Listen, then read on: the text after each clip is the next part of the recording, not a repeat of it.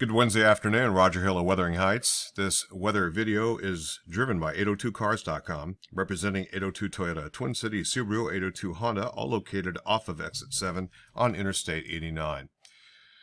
We have a big trough of lower pressure in the eastern part of Canada, and this is also delivering some mighty cold air and also some snow that's all the way down the valley floors this morning in places like Massena, New York, and over toward Ottawa earlier on.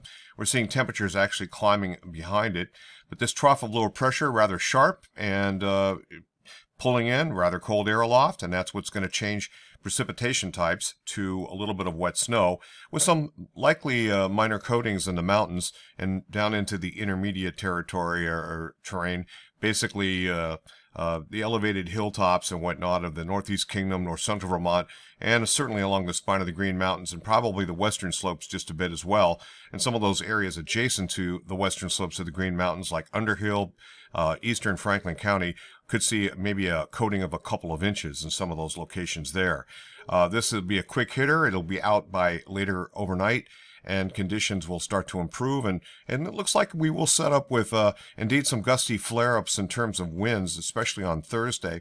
That's the main utility threat that's going to be affecting us, and then beyond that, we do have some better conditions in terms of more sunshine and high pressure building in with dry weather, basically starting Thursday, Friday, Saturday, and into the day on Sunday.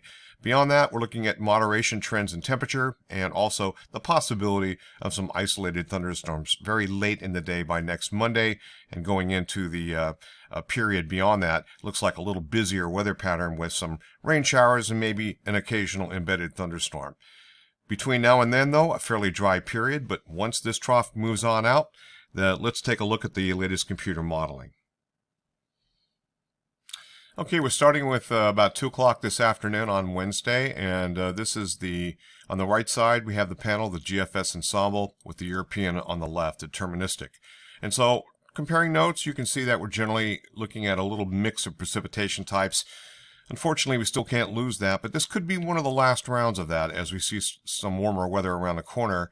This area of low pressure is kind of in the upper levels is a cutoff low, and it was kind of lollygagging and sort of spinning and doing a loop-de-loop here. You can kind of see that. Now that whole process with this area of higher pressure getting closer to this deepening low is going to make for a pressure gradient that's going to be a little bit stronger. Not so much today, but definitely on Thursday. We're looking at winds probably in that 35 to 45 mile per hour range, and probably more likely central and southern Green Mountains mostly affected along the eastern slopes. It doesn't look like a big deal, but there could be 1 or 2 outages based on this latest indications with the gusts up around that 35 to 45 mile an hour range. Now, by the time we get into tomorrow evening, that kind of becomes a calmer event there. And we're still seeing this rotation on the back side of this system, enough of it pushing in a little bit of snow, and occasionally that gets right up to the Northeast Kingdom, so there could be a little bit of wet snowflakes, even some of the higher terrain as we get into, say, even in the morning hours on Friday, and then probably beyond that point, even into Saturdays, you see a little bit of this kind of working its way up the St. Lawrence River, up the St. Lawrence River Valley, and affecting toward the Connecticut Lakes region, especially in those locations there. Beyond that, though, we're looking at dry weather. Really no problems. This is a very dry weather pattern for us. We're going to dry things out. And we're in between weather systems with this sort of weak ridging of higher pressure, both from the north and from the south. This is valid at about 5 o'clock on Saturday evening. This is going into Sunday. And using the 00Z latest computer modeling from last night. So continuing on, that's going into basically Saturday night and early Sunday morning.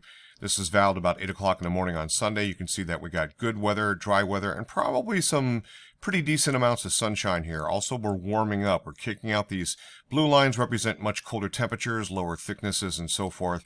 And we're seeing the chances now for Monday, seeing a little bit of shower and thunderstorm activity working on in from a weather system that's going to be a little bit more late spring-like rather than the early spring kind of business we're seeing currently. And again, this is probably on Monday night, we see some shower and thunderstorm activity. That moves on out, and then we see a little bit of a busier weather pattern here. GFS ensemble looks like this with the little bits and pieces of precipitation falling mostly during the day today. and into tonight, and then kind of a drier stretch here before we get into a little bit busier chatter beyond the period shown by the GFS ensemble. The total amount of QPF, total precipitation, looks like this. We're under 0.2 of an inch up until the time we get closer to the weekend, and then we start to see a little bit more of a rise as we get slightly higher PWatts or precipitable water into the region. That's a long ways off. That's going to be happening after this weekend. Now, as I always talk about the 0 degrees centigrade, this is basically about the height of Mount Mansfield, 850 hectopascals. So temperatures that go below that favor snow. Temperatures that go above that are all rain. This looks to be the pivot point here, and precipitation types also show this very well as we're looking at rain kind of transitioning to a little bit of wet snow. That's what's going to take place tonight, and then we're looking at basically rain at that point.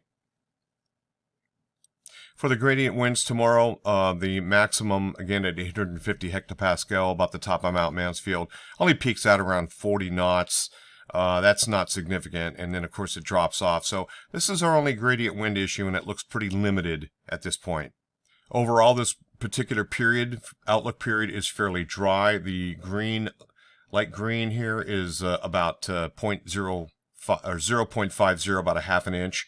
And this is a quarter of an inch, so even drier to the south.